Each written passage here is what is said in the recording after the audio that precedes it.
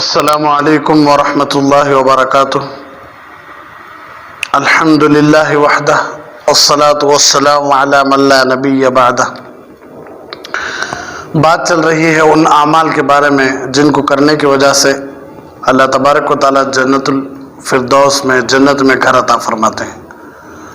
ان میں سے ایک عمل ہے پیارے نبی صلی اللہ علیہ وسلم کی اتباع، پیارے نبی صلی اللہ علیہ وسلم کی سنتوں کو اپنانا۔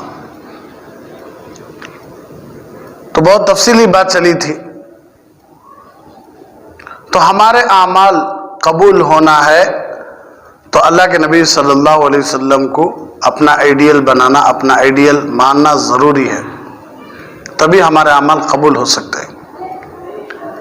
اس کی مثال علماء لکھتے ہیں کہ ہم ایک ٹیلر کو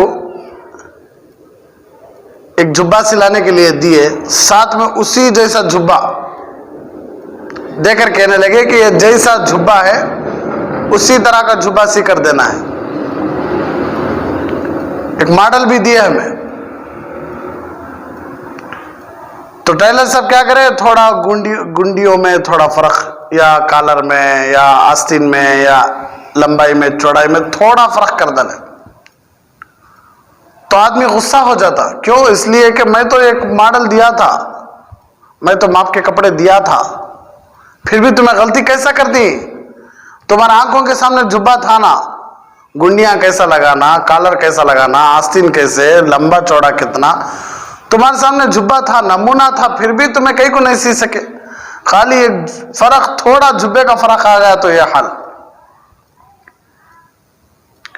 تو جس طرح ایک ماپ کا کپڑا دینے کے بعد درزی ٹیلر غلطی کر ڈالتا ہے تو ہمیں اسے اڑلاتے ہیں، گالیاں دیتے ہیں، برا بھلا کہہ دیتے ہیں، تو ہمیں یہ کیسے سمجھ لیے کہ اللہ کے نبی صلی اللہ علیہ وسلم کو اللہ نمونے کے طور پر، آئیڈیل کے طور پر امت کو دیا تھا۔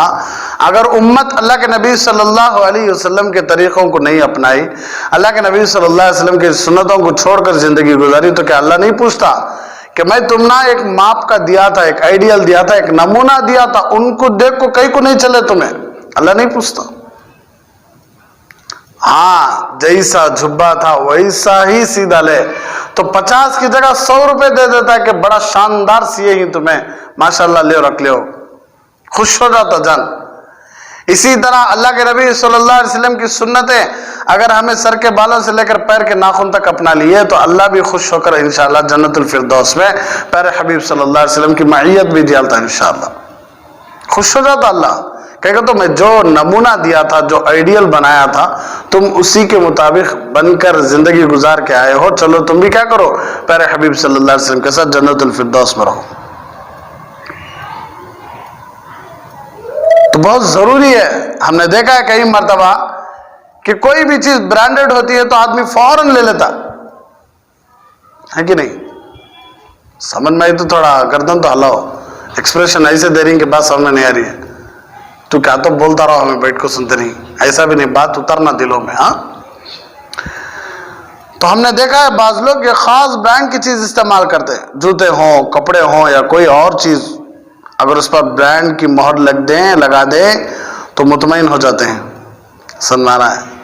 بعض لوگوں کو خواہش رہتی یہی برانڈ کے کپڑے پہننا، یہی برانڈ کے جوتے استعمال کرنا، یہی برانڈ کے ہیٹ، بیلٹاں، ہر ایک چیز برانڈ ہے، تو ان کو ایک تسلی چل رہا با یہ برانڈ ہے، ہاں مل گیا مجھے۔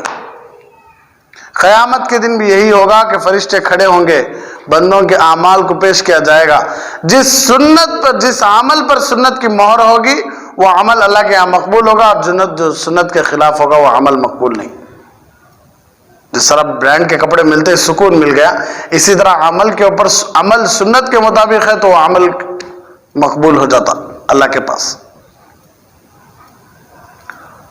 تو ضروری ہے اللہ کے نبی صلی اللہ علیہ وسلم کی سنتوں کو اپنانا۔ ہم غور کریں، ایک ماں کو اپنے بیٹے سے محبت ہوتی تو بیٹے کی فوٹو اٹھا کر ہمیں آگ میں جلاتی، تو ماں کیا بولتے ہیں؟ بیٹے کو نہیں بھائی، بیٹے کی فوٹو کو، تصویر کو آگ میں جلاتی، تو ماں کہتے ہیں کہ میں میرے بیٹے کی فوٹو کو آگ میں کیوں ڈالوں، آپ کو کیوں جلانے دوں؟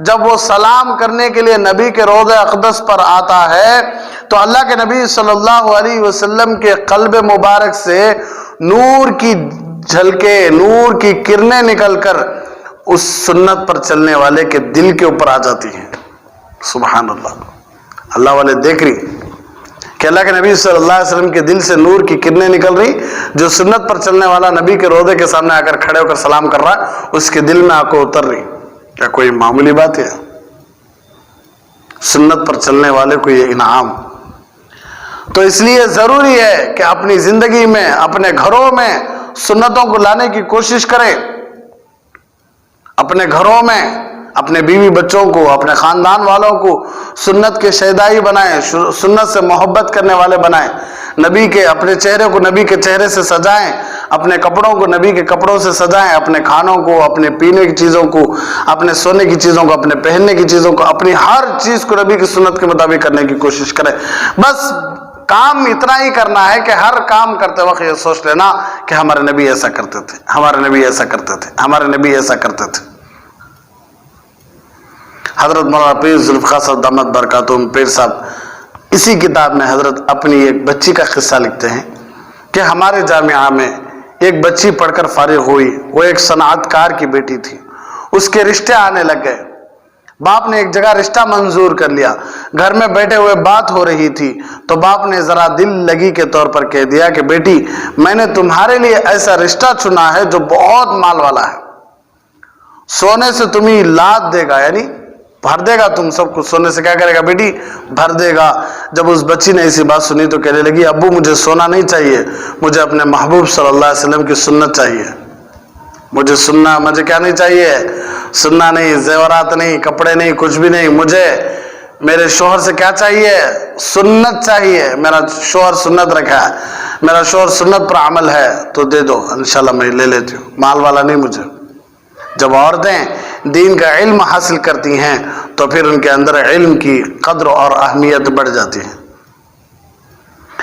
حضرت مجدد الفسانی رحمۃ اللہ علیہ ہمارے اکابر، ہمارے بزرگان دین، ہمارے سر کے تاج ہیں، ہمارے اکابر، ہمارے بزرگان دین ہمارے سر کے تاج ہیں۔ وہ سنتوں کی بڑی اتباع کرتے تھے، سنتوں سے بڑا پیار ہوا کرتا تھا۔ تو کتاب میں لکھتے ہیں کہ حضرت مجدد الفسانی رحمۃ اللہ علیہ کی وفات کا وقت قریب آیا تو ایک بندے کو بلا کر انہوں نے وصیت فرمائی کہ میں اپنی پوری زندگی میں پیارے حبیب صلی اللہ علیہ وسلم کی ایک ایک سنت کو اپنا چکا ہوں۔ حضرت مجدد الفسانی رحمۃ اللہ علیہ فرماتے ہیں کہ جب ان کی وفات کا وقت قریب آیا تو ایک بندے کو بلا کر انہوں نے وصیت فرمائی کہ میں اپنی پوری زندگی میں نبی کی ایک ایک سنت کو اپنا چکا ہوں، لیکن یہ ایک عمل ایسا ہے جو میں نہیں کر سکا، نبی کی ایک سنت ایسی ہے جو میں نہیں کر سکا۔ سمجھ آ رہی ہے بات؟ وہ کیا؟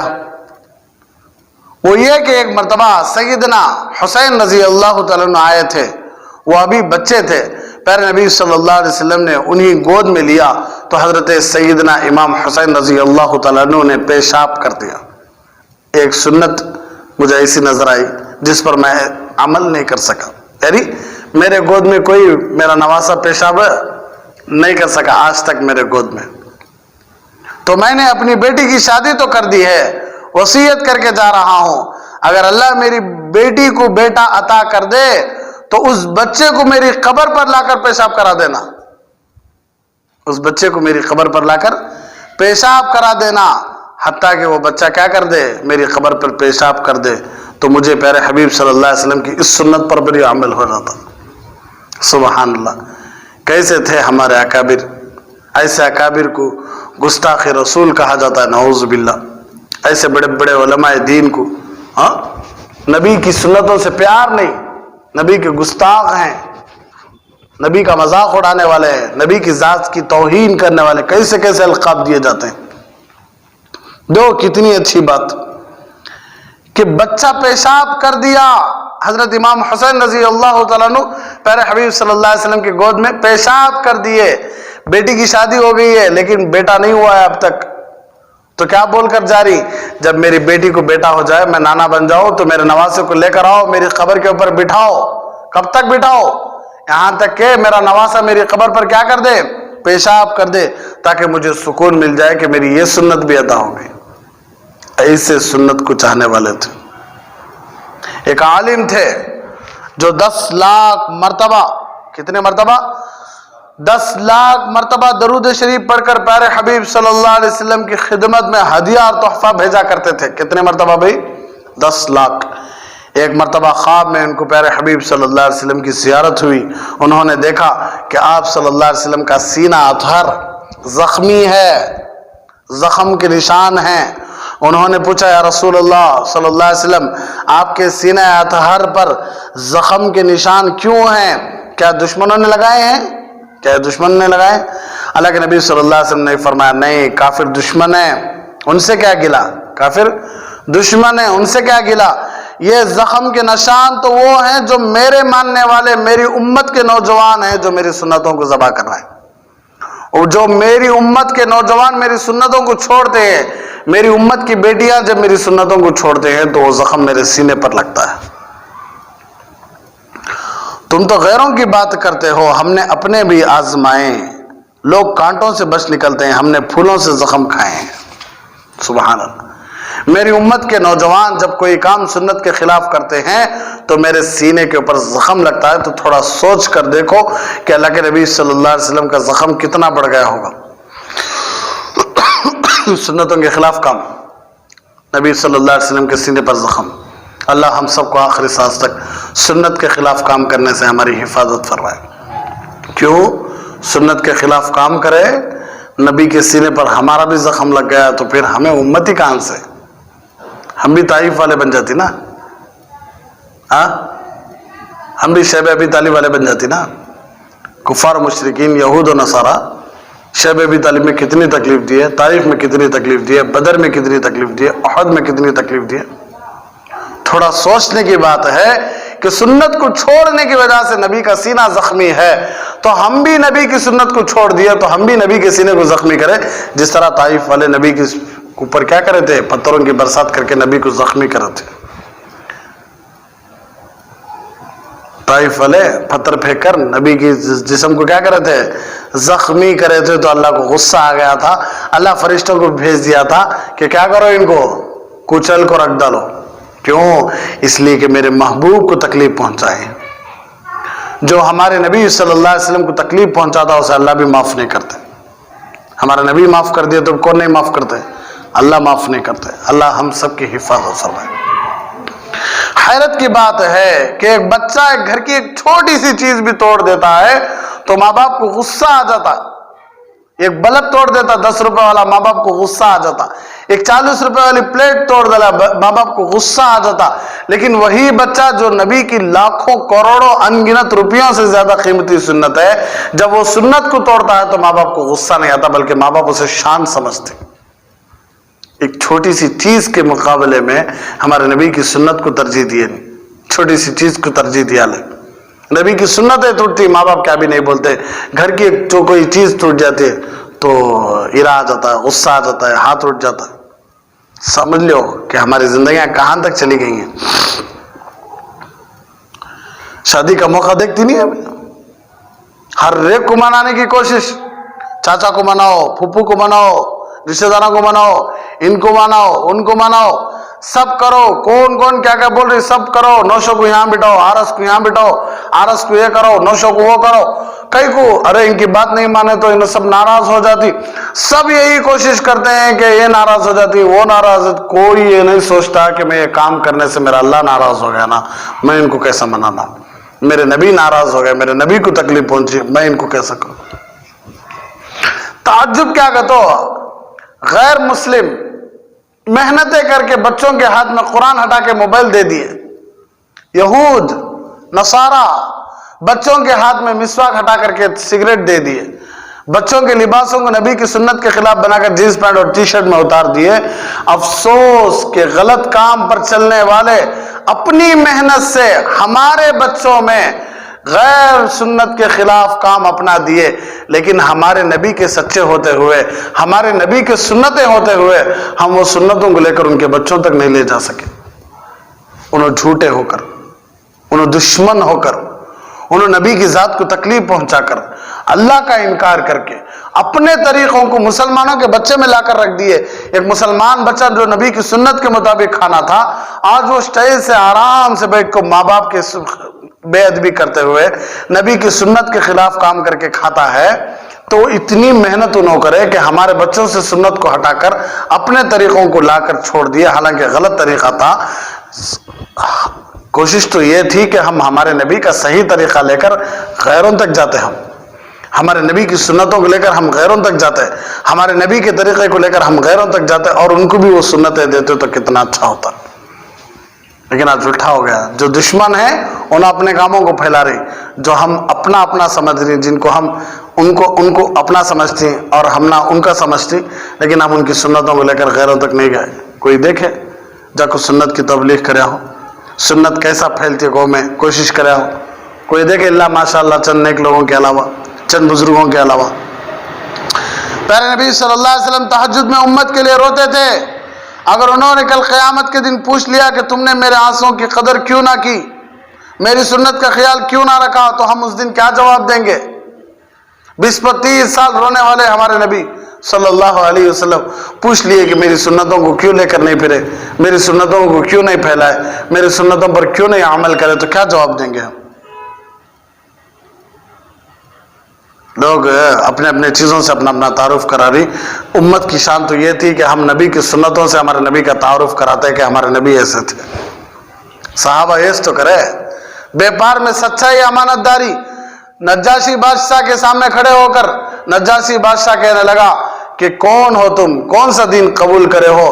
کہنے لگے ہم محمد رسول اللہ صلی اللہ علیہ وسلم کے اوپر ایمان لائے ہیں، ہم زنا کرتے تھے، ہم چوری کرتے تھے، ہم ضعیفوں پر کمزوروں پر بدلہ لیا کرتے، ہم بتوں کی پوجا کرتے تھے، ہم ماں باپ کی قدر نہیں کرتے تھے۔ ایک نبی آئے جو ہم نے دینی تعلیم دیے، ہمارے نبی کی شان ایک حبشی بادشاہ کے سامنے کھڑے ہو کر، ایک حبشی بادشاہ کے سامنے کھڑے ہو کر زبردست خطاب حضرت جعفر رضی اللہ تعالیٰ۔